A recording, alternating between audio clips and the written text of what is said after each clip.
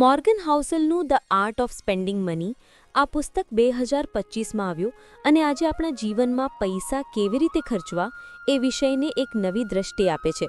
તમે ક્યારે વિચાર્યું છે કે પૈસા બચાવવું જેટલું જ મહત્વનું તેને યોગ્ય રીતે ખર્ચવું પણ છે? ખરેખર આજના સમયમાં તો દરેક જણ કમાય છે, બચાવે છે, પણ પૈસા કેવી રીતે અને ક્યાં ખર્ચવા એ પ્રશ્ને બહુ ઓછા લોકો વિચાર કરે છે. હાઉસેલ કહે છે કે પૈસા ખર્ચવું એક કળા છે અને દરેક માટે એ અલગ હોઈ શકે છે. હા, અને પુસ્તકની શરૂઆત જ એથી થાય છે કે પૈસા માત્ર જીવન જીવવાનું સાધન નથી, પણ એ આપણા મૂલ્યો, ઈચ્છાઓ અને જીવનશૈલીનું પ્રતિબિંબ છે. તમે ક્યાં ખર્ચો છો એ બતાવે છે કે તમારા માટે શું મહત્વનું છે. એક વાત યાદ આવે છે. હાઉસેલ કહે છે, ઇનફ એટલે પૂરતું હોવાનો અહેસાસ. આપણે ઘણીવાર વધુ મેળવવાની દોડમાં જીવનના આનંદને ગુમાવી દઈએ છીએ, પણ સાચો સંતોષ ત્યારે મળે જ્યારે આપણે જાણીએ કે આપણું પૂરતું શું છે. અને એ જ ઇનફનો અર્થ સમજવો એ જીવનમાં શાંતિ અને સંતોષ લાવે છે. હાઉસેલનું મંત્ર છે કે પૈસા કમાવા અને બચાવવા જેટલું જ મહત્વનું છે, તેને યોગ્ય રીતે ખર્ચવું પણ એટલું જ અગત્યનું છે. અહીં એક રસપ્રદ મુદ્દો છે, રિચ અને વેલ્ધી વચ્ચેનો તફાવત. રિચ એ માત્ર પૈસાવાળો, પણ વેલ્ધી એ જે પોતાના પૈસાથી જીવનમાં નિયંત્રણ અને સ્વતંત્રતા મેળવે છે. તમે શું કહો છો? આપણા સમાજમાં આ તફાવત સમજાય છે? બહુ ઓછા લોકો એ તફાવત સમજતા હોય છે. મોટાભાગના લોકો પૈસા એટલે વસ્તુઓ ખરીદવી, મોટું ઘર, નવી કાર એ જ સમજે છે. પણ હાઉસેલ કહે છે કે સાચી સંપત્તિ એ છે કે તમે તમારા પૈસા કેવી રીતે ઉપયોગ કરો છો. શું એ તમને આનંદ, શાંતિ અને સ્વતંત્રતા આપે છે? અને એના માટે હાઉસેલ ખાસ ભાર આપે છે કે અનુભવ અને યાદીમાં રોકાણ કરો. વસ્તુઓ ખરીદવાથી મળતો આનંદ ટૂંકા ગાળાનો હોય છે, પણ અનુભવો અને યાદીઓ જીવનભર સાથે રહે છે. સાચું. ઉદાહરણ તરીકે, કોઈ મોંઘી વસ્તુ ખરીદવા કરતાં પરિવાર સાથે પ્રવાસે જવું, મિત્રો સાથે સમય વિતાવવો, એમાં જે આનંદ મળે છે લાંબા સમય સુધી યાદ રહે છે. પણ આજના સમયમાં સામાજિક દબાણ અને તુલના બહુ જ સામાન્ય છે. લોકો બીજાની સાથે તુલના કરીને ખર્ચ કરે છે કે પડોશી નવી કાર લીધી તો હું કેમ નહીં. એ વિચારથી ઘણા ખોટા ખર્ચ થાય છે. હાઉસેલ ચેતવે છે કે તુલના કરવી એ તમારી વિચાર શક્તિ બીજાને સોંપી દેવું છે. પૈસા ખર્ચતા પહેલાં વિચારવું જોઈએ કે શું આ ખરેખર મારા માટે મહત્વપૂર્ણ છે? શું આ ખર્ચ મને લાંબા ગાળે આનંદ આપશે? અને એ સાથે હાઉસેલ કહે છે કે ઉદારતા અને દયાળુતા પણ મહત્વપૂર્ણ છે.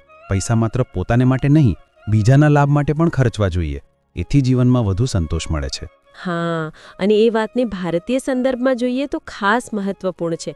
આપણા દેશમાં બચતને બહુ મહત્વ આપવામાં આવે છે, પણ હાઉસેલ કહે છે કે બચત એવી હોવી જોઈએ કે જે આજનું જીવન પણ આનંદમય બનાવે.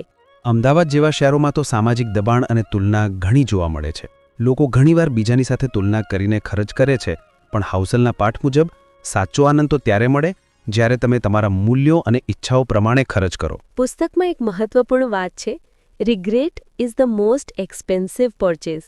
એટલે કોઈ પણ મોટો ખર્ચ કરતાં પહેલાં વિચારવું જોઈએ કે શું એ ખરેખર જરૂરી છે અને શું એ મને લાંબા ગાળે ખુશ કરશે. હા, અને હાઉસેલ કોઈ કડક નિયમો નથી આપતો, પણ કેટલાક ગોલ્ડન રૂલ્સ આપે છે. જેમ કે તમારા માટે શું વર્ધિત છે એ સમજો, તમારા ખર્ચને તમારા મૂલ્યો સાથે મેળવો અને સામાજિક દબાણથી મુક્ત રહો. અને ખાસ કરીને અનુભવો અને યાદીઓમાં રોકાણ કરો. એ જ સાચો આનંદ આપે છે. તમે ક્યારેય એવું અનુભવ્યું છે કે કોઈ વસ્તુ ખરીદી પછી થોડા સમય પછી એનો આનંદ ઓસરાઈ જાય છે, પણ કોઈ ખાસ અનુભવ જેમ કે પરિવાર સાથે પ્રવાસ એ યાદી જીવનભર રહે છે? બહુ વાર. અને એ જ હકીકત છે. હાઉસેલ પણ એ જ કહે છે કે પૈસા એ સાધન છે, લક્ષ્ય નહીં. એટલે પૈસા એ રીતે ખર્ચવા જોઈએ કે જે તમને લાંબા ગાળે સંતોષ અને આનંદ આપે. હવે ધ સાયકોલોજી ઓફ મની અને the art of spending money બંને પુસ્તકમાં તફાવત શું છે? પહેલા પુસ્તકમાં હાઉસેલ પૈસા કમાવાની માનસિકતા અને રોકાણ પર ભાર આપે છે, જ્યારે આ પુસ્તકમાં પૈસા કેવી રીતે અને ક્યાં ખર્ચવા એના માનસિક પાસાઓ પર પ્રકાશ પાડે છે.